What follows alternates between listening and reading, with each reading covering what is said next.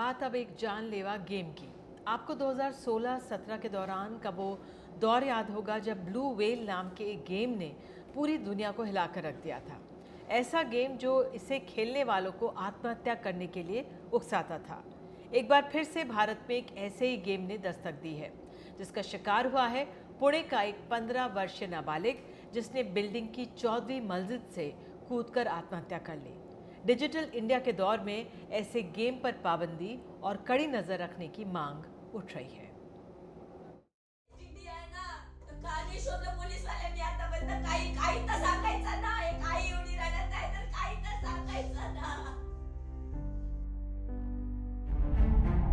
देश में लौटा है ब्लू व्हेल जैसा एक और जानलेवा गेम।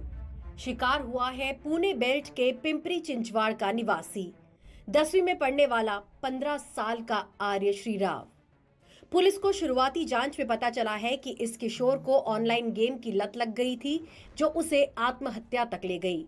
बिल्डिंग के 14वीं मंजिल से कूदने से पहले मृतक ने लॉग आउट लिखा एक नोट छोड़ा था।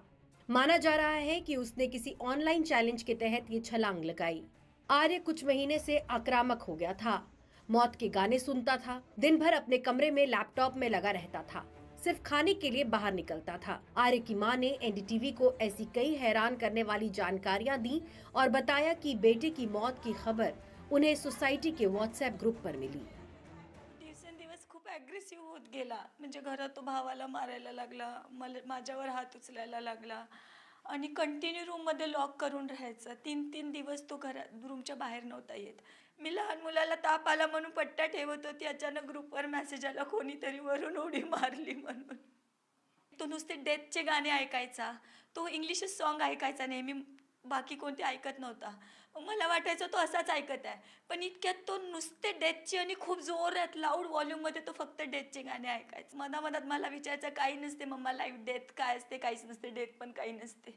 गेम की लत की बात तब खुली जब मृतक की नोटबुक की जांच की गई, जिसमें उसके अपने घर के नक्शे और खिलाड़ियों की सूची थी। पिंपरी चिंचवाड़ के रावेट पुलिस स्टेशन में इस घटना की सूचना मिलते ही कमरे की जांच हुई, जहां उसका लैपटॉप, एक सुसाइड नोट और मोबाइल फोन जब्त किया गया। कमरे से जो कागज बरामद किए गए, उन पर पेंसिल से उसके अपार्टमेंट और गैलरी से कूदने वाला टास्क बना हुआ है। नक्शे में ये भी बताया गया था कि कहां से कूदना है। इसी पेपर में लॉग आउट शब्द भी लिखा है। यही नहीं, गेम के कोड में लिखे कई कागज भी मिले। जो दस्तावेज मिले उसमें एक मल्टीप्लेयर कॉम्बैट गेम का जिक्र है। मृतक लड़के के लैपटॉप का पासवर्ड अभी तक उसके माता पिता और पुलिस को नहीं पता है, इसलिए पुलिस के सामने गेम की पूरी जानकारी हासिल करने की बड़ी चुनौती है। जांच के लिए साइबर एक्सपर्ट की मदद ली जा रही है। आर्य के पिता बताते हैं कि उनका बेटा कुछ महीने से अपनी कई बातों को छुपा रहा था, यहाँ तक कि अपने लैपटॉप की भी सर्च हिस्ट्री डिलीट करता रहता था। आर्य के कमरे से मिले नोट में 10 नामों का जिक्र है। मृतक के पिता ने इसे लेकर भी सचेत किया है। मी बाहर काम करतो नाइजीरिया में।